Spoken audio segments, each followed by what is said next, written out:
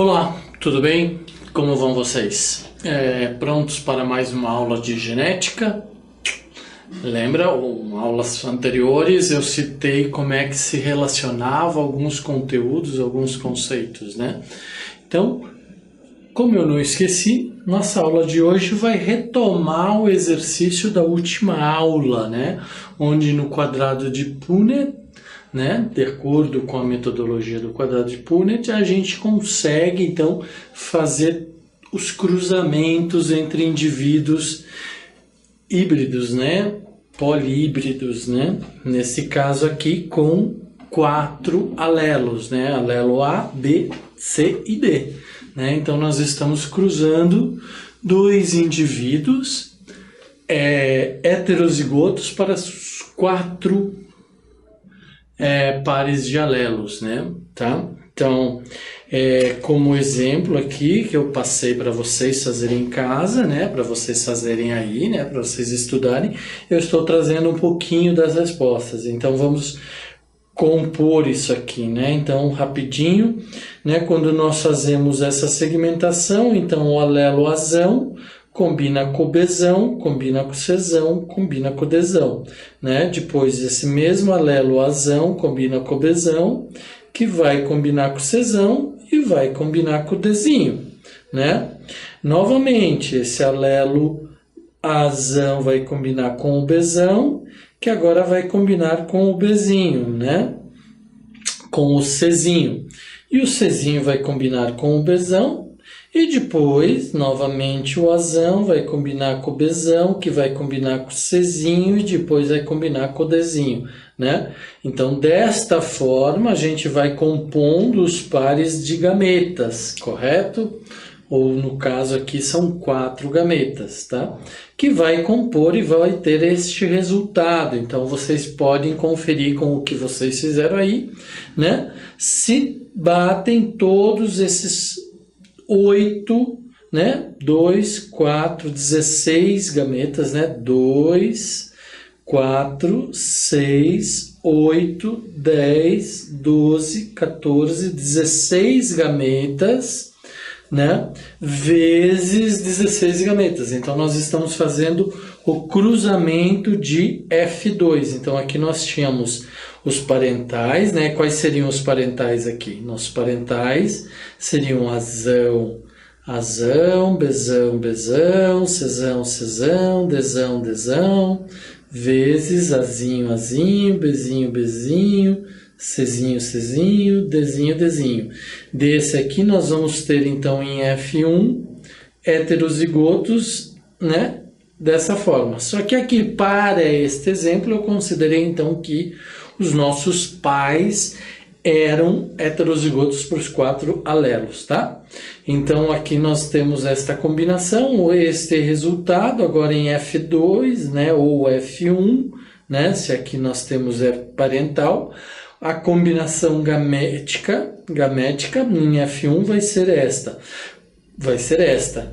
Cruzando um mesmo indivíduo, uma mesma composição de gameta, então F1 vezes F1, nós vamos ter como F2, nós vamos usar o quadro de Punnett, o quadrado de Punnett como auxílio, então está aqui ele, com todos os gametas do pai, vamos dizer que aqui seja o pai, né, e aqui seja a mãe, né, então vocês sabem que esses símbolos de uma bolinha, né, com uma seta para o pai e uma bolinha com a cruz para a mãe, né?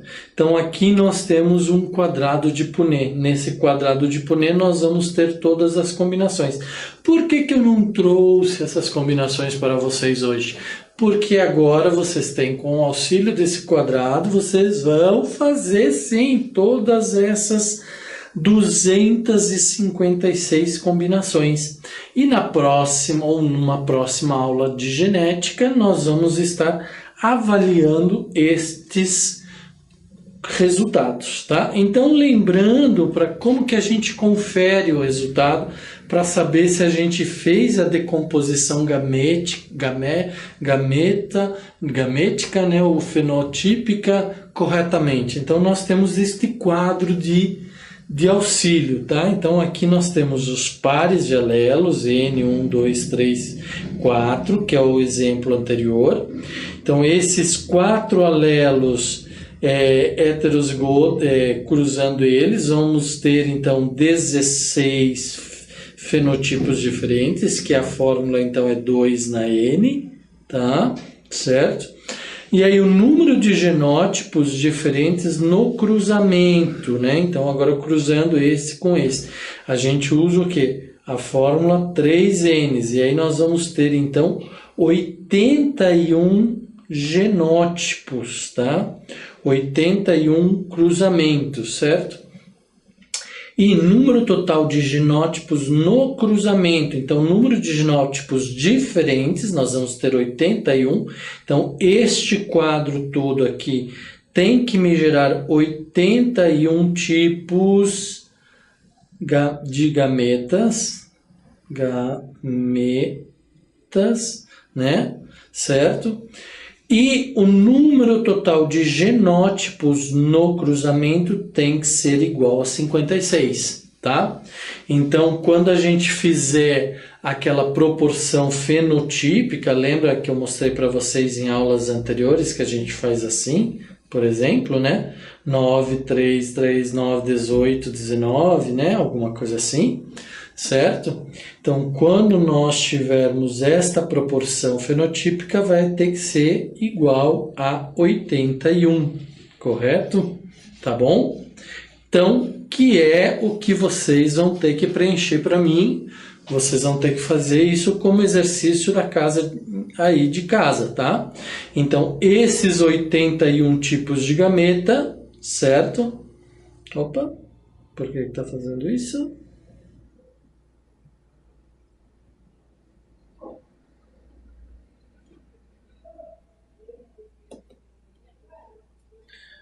Ah, pronto, funcionou. Desculpa, tá? Esses 81 gametas vão estar aqui, certo? Vão estar desenhados aqui, certo? Então, vocês vão fazer estas combinações aqui e ver quantas proporções fenotípicas para cada gameta existem, tá? Então, esse é o exercício de vocês. Esse aqui é fácil, olha, quando tudo isso aqui for homozigótico, todos esses for azão, bezão, cesão, desão, isso aqui vai ser igual a 1 por 256. Então, eu já estou fazendo para vocês, tá? Igualmente, este recessivo, né? Este recessivo é 1 para 256. Eu estou falando aqui do homozigoto para os 4 alelos, tá? Agora aqui ele pode ser homozigoto, como ele pode ser heterozigoto. Então existem várias combinações que vocês vão ver a resposta aqui neste quadro, tá? Certo? Então vamos começar a aula de hoje, vamos dar continuidade. Hoje nós vamos falar sobre interação genética. Lembro, cobrarei de vocês nas próximas aulas esses quadrados de Punnett bem feitinho para a gente conferir os resultados.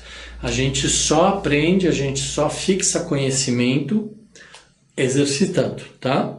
Então, na interação genética, nessa interação entre os cromossomos, entre seus pares de alelos, né? Então, nós temos um fenômeno chamado interação gênica. Interação gênica entre 2 ou mais pares de genes não alelos agem em conjunto na determinação de uma característica fenotípica. Então, é aquela questão, então um par de alelo, qual é um par de alelo? Azão, azinho, isso é um alelo, é um par de alelo. Agora, eu tenho um segundo par de alelo, bezão, bezinho, então é um segundo par de alelo, são diferentes, tá? São diferentes, estão no mesmo cromossomo homólogo, mas são diferentes. E eles agem como uma interação, eles têm uma interação, apesar de que o A tem uma determinação de uma característica específica, o gene A, o gene B tem outra, há uma certa interação. A gente já viu isso em aulas anteriores e aqui nós vamos ver outros tipos de interações. Então, essa mesma integração entre dois ou mais pares de genes não alelos, que nem, por exemplo, aqui eu estou dizendo o A e o B, que estão em posições ou em locus, né? Losses diferentes dentro do cromossomo, né? Eles vão determinar em conjunto um único caráter, tá? Então, por exemplo, seguem o princípio da segregação independente, uma vez que localizam-se em cromossomos homólogos diferentes. Então, eles têm uma segregação diferente, ou seja, a combinação entre o Azão e o Azinho não vai depender do Bzão e do Bzinho, porém o resultado, a característica do resultado depende da conversa ou da soma dessas duas combinações ou dessa interação gênica, tá? Então, tipos de interação gênica, há conhecimentos até hoje de 3 tipos de interação gênica: genes complementares, epistasia ou herança poligênica ou quantitativa, tá? Então, genes complementares, quando 2 ou mais genes não alelos atuam juntos na determinação de um único fenótipo, né? Epistasia, um gene inibe a ação de outro gene. Então, quando um gene está presente, por exemplo, quando o Azão está presente, ele inibe a ação do Bzão, né? Às vezes pode estar relacionada à dominância ou à recessividade. Nós vamos ver isso mais para frente, tá? Herança poligênica ou quantitativa, genes de efeito aditivo e a ação do meio ambiente que determinam fenótipos de variações contínuas, como a altura do ser humano, né?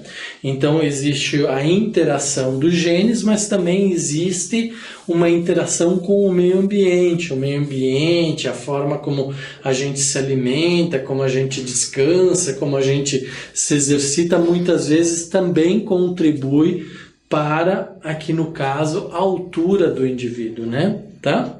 Certo? Vários fatores. Então, nós vamos falar agora da interação gênica, chamada genes complementares. São genes em cromossomos homólogos diferentes, atuam em conjunto para a determinação de um fenótipo, tá? Então, eles atuam em conjunto. A segregação, a forma de combinação do Azão com Azinho, Bzão com Bzinho, é independente, né? Segue a segunda lei de Mendel. Porém, o resultado é uma interação, tá? Para a determinação desse fenótipo. Então, vamos ver a forma da crista dos galináceos. Então, para a forma da crista dos galináceos, a ação dos alelos Rzão, que é dominante, Rzinho, que é recessivo, mais o Ezão, que é dominante, e o E, que é recessivo. Então, nós teríamos isto aqui, né? E todas as suas variações. Então, vamos marcar dessa forma, porque aí vocês sabem que pode ser um Rzão, ou pode ser um Rzinho, pode ser um Ezão, ou pode ser um Ezinho, tá? Ok? Então, esses dois genes atuam, segregam ou têm suas determinações isoladas, né, separadas, porém, a presença de um e do outro vão interagir e dar um resultado diferente, tá? E nós vamos então avaliar o tipo de crista dos galináceos. Tá? Então, fenótipos resultantes. Qual que era a proporção? Nós tínhamos 2:2. Isso aqui é igual a 4. Então, nós podemos ter 4 tipos de gametas, né? Certo? Então, presença dos dominantes R e Rzão e Ezão vão definir uma crista com um formato de nós. Tá aqui, ó. Tá? Parece uma noz, parece uma castanha. Né? Raça chamada também de raça malaia. Pode ser em homozigose ou heterozigose, ou seja, pode ser Rzão, Rzão, Ezão, Ezão, pode ser Rzão, Rzinho, Ezão, Ezão, pode ser Rzão, Rzão, Ezão, Ezinho, né? Então pode ser homozigose ou heterozigose de quem? De cada um dos alelos. A segregação é independente, tá? Presença do R. Quando tiver um R maiúsculo, né? Vamos supor que tem um R maiúsculo e dois Es minúsculos. Então já vai formar uma crista rosa, né? Tá aqui é uma rosa, tá? Quando tem o esão, né? Então quando tem o esão, e aí a gente não sabe o que tem aqui, vai formar uma crista tipo ervilha, né? Uma pequenininha. E quando for duplo recessivo, vai formar uma crista simples, tá? Então esse é um exemplo da crista ou da interação gênica chamada genes complementares, um complementa o outro, e a gente está analisando a crista do galo. Vamos ver como que isto acontece, né? Usando o quadrado de Punnett, né? Nós temos esta relação de dupla heterozigose para os dois genes, né? Tá? Então, os parentais são duplos heterozigotos, vão gerar 4 gametas, correto? Então, agora nós vamos cruzar estes 4 gametas e vamos ver o que sai de resultado. Então, nós temos aqui 1, 2, 3, 4, 5, 6, 7, 8, 9, 10... Não, opa, 1, 2, 3, 4, 5, 6, 7, 8, 9, esse aqui não, tá? Nós temos 9 no formato de nós. Lembra que eu falei que o nós é toda vez que tiver um Rzão e um Ezão, um Rzão e um Ezão, um Rzão e um Ezão, Rzão e Ezão, Rzão, Ezão, Rzão, Ezão, Rzão, Ezão, Rzão, Ezão, Rzão, Ezão. Toda vez que tiver o Rzão, Ezão, vai formar o tipo nós. Toda vez que tiver ou Rzão, só o Rzão, né, e for recessivo para o ezinho, então aqui ó, Rzão, seja ele em homozigose ou heterozigose, mas tem um Rzão e não tem um Ezão, então vai formar uma ervilha rosa, né? 3 resultados gaméticos, né, de gametas, né? E da mesma forma, toda vez que tiver um Ezão, seja em homozigose ou heterozigose, vai formar o formato de ervilha, né? E quando for homozigótico recessivo duplo, vai ter uma crista normal. Então, nós temos aqui uma proporção fenotípica 3 para 3 para 3 para 1. 4 tipos de fenótipos, certo? E 9 mais 6, 15, mais 1, 16. Então, 16, né?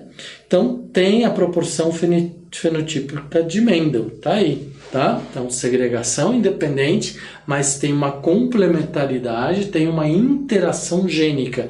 Uma presença de um inibe ou promove uma característica no outro, tá certo? Então, genes complementares em seres humanos, vamos dar um exemplo aqui agora. Por exemplo, surdez hereditária, decorrente da ação conjunta dos pares alelos D e E. Não fixem nessas questões de alelo A, alelo B, alelo D, alelo E. Isso são exemplos, vocês têm que gravar o raciocínio, o conceito por trás disso. Então, toda vez que o alelo D determina desenvolvimento embriônio de cóclea, né? Toda vez que há o alelo D, então D é dominante, toda vez que ele estiver presente, vai surgir, né, a cóclea, né, que é uma parte, uma região interna do ouvido responsável pela audição. E toda vez que tiver o alelo Ezão, que determina a formação do nervo óptico, tá? Então, tendo desão, vai formar cóclea. Tendo Ezão, vai formar o nervo óptico. A presença dessas duas estruturas dos nossos ouvidos auriculares vai determinar a capacidade de audição. Agora, sendo recessivo para qualquer um destes genes, haverá surdez por agenésia, né? Não formação. Então, por exemplo, se aparecer o Ezinho aqui, ou se aparecer o Dzinho aqui, né? Isso tem que ser então duplo homozigótico, né? Tem que ser homozigótico. Então, porque se tiver um Ezão vai formar nervo auditivo. Se tiver um desão, vai formar a cóclea, seja homozigótica ou heterozigótica. Quando tem duplo recessivo, então vai gerar por agenésia, que é a não formação da cóclea ou do nervo auditivo. Teve um desinho, não vai formar cóclea, vai ter problema auditivo. Teve um ezinho, não vai formar o nervo auditivo e vai ser surdo, vai ter problemas de audição, tá? Então, recessivo, quando for recessivo para ambos os genes, então não haverá nem a cóclea e nem o nervo auditivo. Tranquilo, certo? Para normalidade, o indivíduo deverá apresentar os dois genes em dominância. Então, para que nós possamos ter audição, então nós que somos capazes de ouvir, não somos surdos, né? Temos capacidades auditivas, significa que nós somos dominantes, nós temos genes dominantes tanto para a cóclea quanto para o nervo auditivo, certo? Se tivesse ausência de um deles, nós já teríamos problema de audição, tá? Então, pessoa normal tem que ter o desão e o esão, tem que ter um dominante de cada gene, né? Uma pessoa surda agora já pode ter uma variação, pode ter o desão, mas pode ter ezinho, pode ter dezinho e o esão, ou pode ser duplamente recessivo. Em qualquer uma dessas situações, a pessoa é surda, tá? Por agenesia, pela ausência ou a não formação da estrutura auricular, tá? Então vamos ver de novo o nosso quadro de Punnett. Tá vendo como esse quadrado de Punnett é muito prático, nos auxilia muito, e aí associado àquela tabela com as fórmulas 2 elevado a n, 3 elevado a n, 4 elevado a n, a gente consegue saber corretamente todas as composições genéticas, né? Então nós vamos repetir aqui: duplo heterozigótico contra um duplo heterozigótico. Vamos dizer que este aqui é a mãe, este aqui é o pai, tá? Então eles vão formar 4 gametas para cá, 4 gametas para cá. Nós vamos cruzar os gametas do pai com os gametas da mãe e nós vamos ter os resultados gaméticos aqui, né? Certo? Onde então a gente sabe que para ser normal tem que ter um desão e um esão, no mínimo, e os dois têm que estar presentes. Então é o caso dos gametas em vermelho, ó, tá vendo? Desão, esão, desão, esão, desão, esão, desão, esão, desão, esão, desão, esão, desão, esão, desão, esão, desão, esão. Não importa se são homozigóticos ou heterozigóticos. Vamos contar? 1, 2, 3, 4, 5, 6, 7, 8, 9. Então nós temos 9 indivíduos normais. Por que são normais? Porque possuem pelo menos um desão e um esão, um alelo dominante para a cóclea e um alelo dominante para o nervo óptico. Agora, os demais, a gente sabe que se não corresponderem a isso, vão apresentar surdez. Então, é o caso desses aqui, ó, desão, ezinho, não tem nenhum esão. Desão, ezinho, não tem nenhum desão, não tem nenhum esão, né? Desão, ezinho, não tem também nenhum esão, né? Tá? Desão, desão, esão, esão. Opa, aqui tem um esão, mas não tem desão. Aqui tem um esão, mas não tem desão, né? Aqui tem um esão, mas não tem desão. E aqui é duplamente recessivo. Então, todas essas combinações, 1, 2, 3, 4, 5, 6, 7, estão representadas aqui e determinam o quê? Surdez. Então, esta combinação 9, 3, 3, 1, que é o que está aqui, né? Ela pode ser representada como 9 para 7, porque são 9 indivíduos normais dentro de 16 possibilidades, ou combinações gênicas, né? Genéticas, ou do genotipo, ou do gameta, né? Contra 7 combinações que causam surdez, tá? Também segue a segunda lei de Mendel, segregação independente, porém um influencia no outro, tá? Então nós estamos falando dos genes complementares, eles se complementam e eles determinam as suas funções. Tá certo, pessoal? Então vamos voltar aqui um pouquinho e vocês relembrem de que eu estou cobrando de vocês o preenchimento desta tabela e desta tabela. Então, o quadrado de Punnett é extremamente importante vocês entenderem, né? Esta tabela de checagem também é importante vocês lembrarem, gravarem esta combinação, porque uma vez que vocês saibam estas fórmulas, vocês conseguem resolver todas as questões, tá bom? Tá certo? Vai ficar, ó, belezinha, fácil, tá? Então hoje nós vimos os exercícios que eu havia prometido para vocês e em alguma da próxima aula nós vamos resolver esses exercícios, né? Tá? E nós vimos aqui então a questão da interação gênica na forma ou no seu tipo de genes complementares, tá bom? Fiquem bem, até a próxima aula, um grande abraço para vocês, até logo!